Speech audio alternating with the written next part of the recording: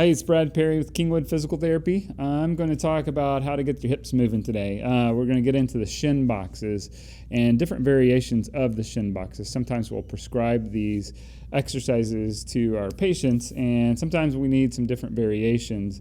We'll get into all those variations and modifications for you. Okay, so we'll talk about doing a Shin box. So this one here, we can start laying down flat with our feet apart, knees up, and then just kind of taking our knees down. So some people will call this a windshield wiper.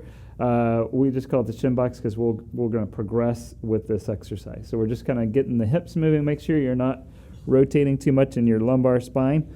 And then to get a little bit more of a stretch, you can just take this foot and just put it right on top like that and let it stretch out.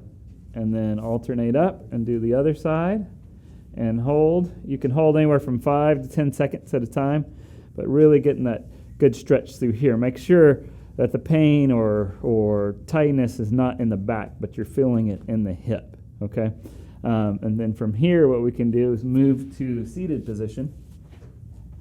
Put our knees up like this, and then we're just going to take the knees down. All right, so that's kind of the next progression. Just like that. And then to make it a little bit harder, we can take the hands away.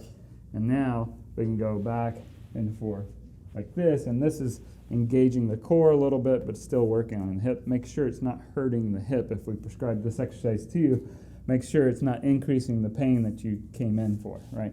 All right, the next one, we can take this up a notch, is we go here, and from here, we can lift up. And that is really going to get the glutes. And then we go to the other side. Okay, and then come up here and then down. All right, so that makes it a lot harder to do and really gets those hips warmed up. Okay, we kind of work now on mobility, right? And now we want to work into here to get the glutes working, and then we can kind of move forward, and that'll really feel a stretch in here into the hip flexor. So it's to the side and up.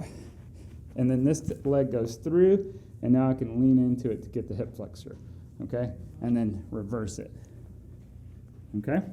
So that's a good way to get the hips warmed up, get the mobility going, so that you can get on to doing whatever you need to get to doing again, all right?